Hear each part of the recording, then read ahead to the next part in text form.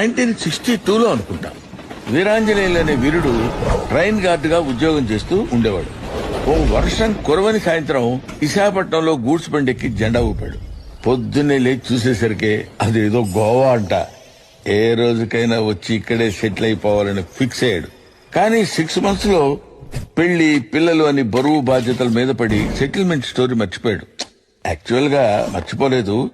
ఇలా రిటైర్ అయ్యాడో లేదో వచ్చిన పెన్షన్ డబ్బులతో కొడుక్కి తెలియకుండా గోవాలో హాలిడే హోమ్ కొనేశాడు.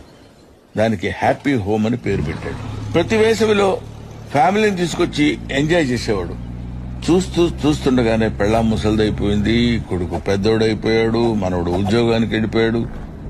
పోన్లే సోలో ట్రిప్ అయినా వేద్దామని రూట్ మ్యాప్ ప్లాన్ చేసుకుని స్నానం చేసేలోపు బాత్రూమ్ లో కాలు జారి బకెట్ తని వీరమరణం పొందాడు.